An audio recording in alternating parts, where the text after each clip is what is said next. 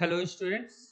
हम लोग सॉल्व कर रहे हैं कंप्यूटर एप्लीकेशन का सैम्पल पेपर 2024-25 का जो क्लास 10 बोर्ड के लिए है। इसमें मैंने ऑलरेडी 4 पार्ट बना रखे हैं, जिसमें पहले पार्ट में मैंने ऑब्जेक्टिव क्वेश्चंस को डिस्कस किया था, दूसरे पार्ट में मैंने शॉर्ट आंसर टाइप 1 को डिस्कस किया, तीसरे पार्ट में मैंने शॉर्ट आंसर टाइप 2 को डिस्कस किया, चौथे पार्ट में मैंने लॉन्ग आंसर टाइप को डिस्कस किया। और ये इस सीरीज का 5वां वीडियो है, जिसमें मैं section E case study based question को डिस्कस करने वाला हूं। तो चलिए इस वीडियो को स्टार्ट करते हैं। तो वीडियो में 25 नंबर जो क्वेश्चन मेरा है, 25 नंबर क्वेश्चन क्या है? मिस्टर अनेक comes from a village which recently started seeing the digital revolution. ठीक है, मिस्टर अनेक एक गांव से आता है। मिस्टर अनेक जो है वह एक गांव से आता है, जिस गांव ने रिसेंटली डिजिटल रिवॉल्यूशन को देखा है, जिसमें people of this village have access to the internet, जिसमें गांव के लोगों को इंटरनेट का एक्सेस मिल रहा है। ठीक है, वो क्या कर रहे हैं? ऑनलाइन शॉपिंग कर रहे हैं, पेमेंट ऑनलाइन पेमेंट कर रहे हैं, और चीजों को ऑनलाइन सेल कर रहे हैं, और इस तरह से बहुत सारा अनेक भी जो है वह इस चीज से काफी प्रभावित है और इस चेंजेस से, इस परिवर्तन से काफी एक्साइटेड है। ओके, तो अनेक क्या करता है? He ordered some items online and entered his bank card details on the web page to make the payment. उसने ऑनलाइन कुछ सामान को ऑर्डर किया, और ऑर्डर करने के बाद उसका पेमेंट उसने ऑनलाइन कर दिया, और ऑनलाइन करने के लिए उसने वेबसाइट में अपना बैंक का डिटेल डाला। ठीक है, उसके बाद क्या हो रहा है? But still after passing of the promise due date, मतलब जिस डेट में उसको सामान डिलीवर्ड होना था, ठीक है, उस डेट को उसको ऑर्डर नहीं मिला। He has not received his order items. ठीक है, अब there is a no way to contact the company. कोई तरीका नहीं कंपनी से कांटेक्ट करने का। क्यों कोई तरीका नहीं है? क्योंकि फोन जो है वह अनरीचेबल है, और ईमेल जो है उसका रिस्पांस नहीं आ रहा है।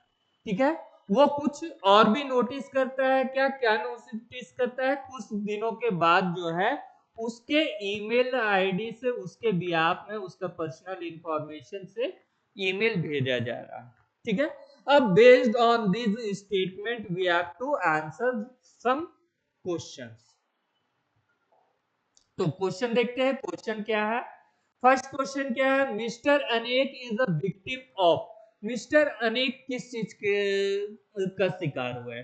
तो सिंपल सी बात है, mister Anek is a victim of cyber crime.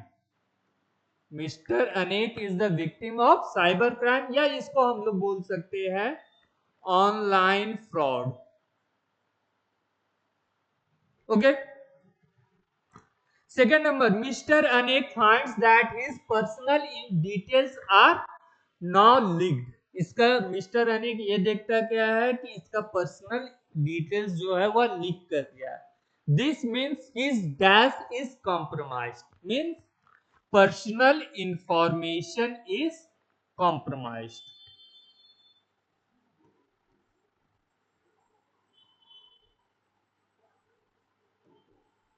Personal information is compromise. उसके बाद थर्ड नंबर पॉइंट देखते हैं। while filling out details online Mr. अनेक should have checked dash in the URL। तो हम लोग जब भी अपना बैंकिंग डिटेल्स या कुछ पर्सनल डिटेल्स जो है वह किसी वेबसाइट में भरते हैं, तो हम लोग को देख लेना है कि वो वेबसाइट सिक्योर है या नहीं है। तो उसको क्या चेक करना चाहिए? उसको चेक करना चाहिए कि वो वेबसाइट का यूआरएल में HTTPS है या HTTP है। अगर HTTPS है तो उसको भर देना चाहिए, अगर HTTP होता तो छोड़ देना। उसके बाद फोर्थ नंबर पॉइंट क्या है?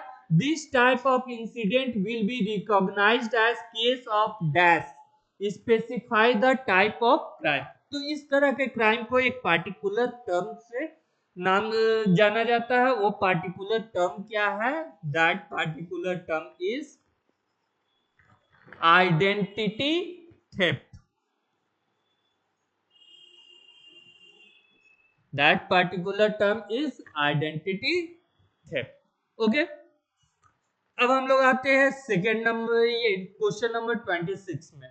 तो क्वेश्चन नंबर 26 हमारा क्या है, based on the following information answer the question which follows. ठीक है, कुछ स्टेटमेंट दिया हुआ है, तो पहले स्टेटमेंट पढ़ते हैं क्या है। श्रेष्ठ was a bright student who excelled in academics and extra curricular activities. श्रेष्ठ जो है वह एक ब्राइट स्टूडेंट है जो एकेडमिक में भी अच्छा है और एक्स्ट्रा करिकुलर एक्टिविटी में भी अच्छा है। He intend to take some quotes and literature from internet to write an article for newspaper। ठीक है, वो चाह रहा है क्या कि कुछ कोट्स लिटरेचर के लिए कुछ कोट ले इंटरनेट से, ताकि वो अपना एक न्यूज़पेपर के लिए आर्टिकल लिख सके। ठीक है, अब क्वेश्चन में आते हैं। Identify the type of ethical issue he will face in case of copies the work as discussed in the above case study. इस केस स्टडी के अनुसार हमको आइडेंटिफाई करना है कि कौन सा एथिकल इशू हो सकता है। तो कौन सा एथिकल इशू हो सकता है, उसका नाम है प्लैगरिज्म। Okay,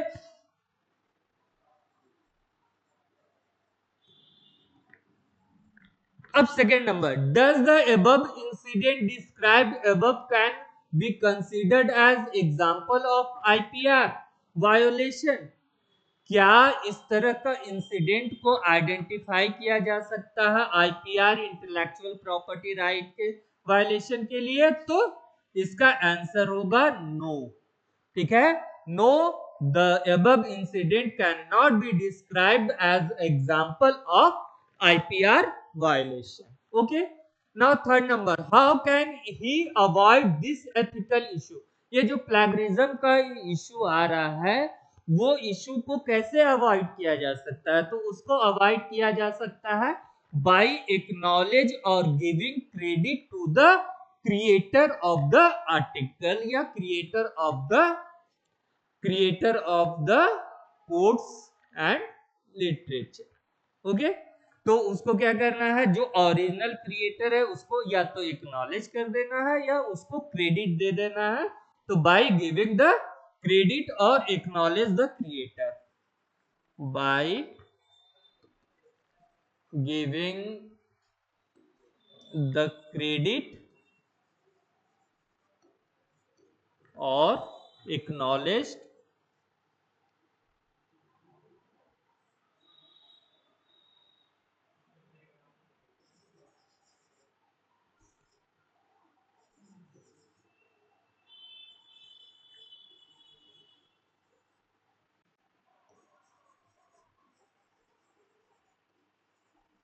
okay. अब क्वेश्चन नंबर 4, क्या है, सजेस्ट टू नेटिक्वेट्स दैट श्रेष्ठ classmate must be aware of. श्रेष्ठ कुछ दो नेटिक्वेट बताना है जिसको श्रेष्ठ के क्लासमेट को पता होना चाहिए।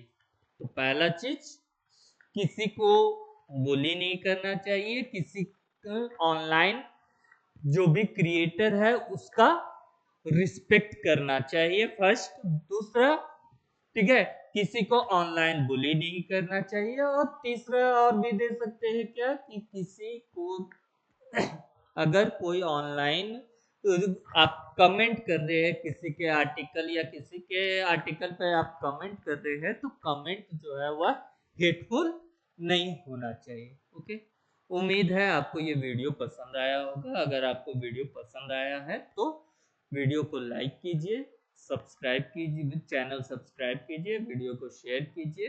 ठीक है, और अगर आप लोगों ने पिछला पार्ट नहीं देखा है तो उसका लिंक मैं डिस्क्रिप्शन बॉक्स में दे दूंगा, उसको आप लोग देखिए। ये आपको बोर्ड एग्जाम में बहुत हेल्प करेगा। ओके, धन्यवाद।